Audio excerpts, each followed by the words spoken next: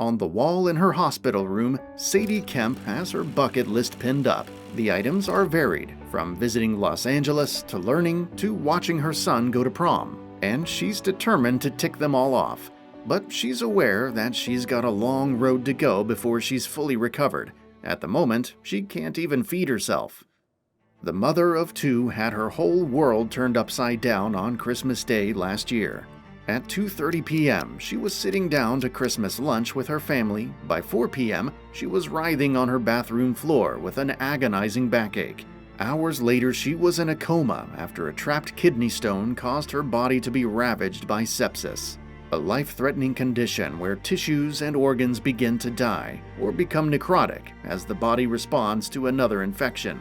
When she came around 2 weeks later, doctors told her that she had faced having all 4 of her limbs amputated because the tissue had died. Sadie, 34, who is mom to Kenzie, 16, and Hendrix, 2, and lives in Peterborough, says, "When I woke up from the coma, I was told all my limbs might need to be amputated. I was absolutely devastated. I turned to my mom and said she should have pulled the plug on the life support machine. I saw my arms with blackened skin where the tissue had been and felt sick. But gradually I've got used to what happened, and I'm determined to enjoy the second chance at life that I've been given, and will make sure my life is better than ever. Doctors told me I should have died with the amount of poison in my blood. I still have sad days when I cry, but as my mom said, I'd rather have my boys visit me in the hospital than at my grave. I have hope for the future, and I know how strong I can be." Sadie was spending Christmas with her mother and the rest of her family when she fell ill. She remembers, "It was a wonderful morning. My kids loved their presents. Then we sat down for lunch at about 2:30 p.m., and I remember my brother and me laughing and reminiscing about previous Christmases. After lunch, Sadie helped Hendrix build his new toy kitchen, so when she had a backache, she presumed it was from bending over. A couple of hours later, she went to have a bath as she was meeting her boyfriend, Louis, 32, a bricklayer, later that evening. She says, "I was suddenly in complete agony, screaming on the bathroom floor for help. My stepfather drove me to the hospital. They gave me painkillers and told me to come back in the morning for a scan. But at 4 a.m. on Boxing Day morning, Sadie was in so much pain that she was sick. She went back to the hospital and collapsed at A&E. The next thing Sadie knew, it was the new year. She'd been transferred to Peterborough Hospital and operated on. A kidney stone had gotten trapped in a tube, which caused a buildup of urine that turned septic, and she was put in an induced coma for 10 days while her body was pumped full of antibiotics. She says, "When I came around, I was delirious. But after a few days, I took in what they had said about amputating my limbs, and I thought my life might as well be over. All I could think about was what I wouldn't be able to do. How would I look after my children? How could I work again?" I was sobbing, unable to picture my life.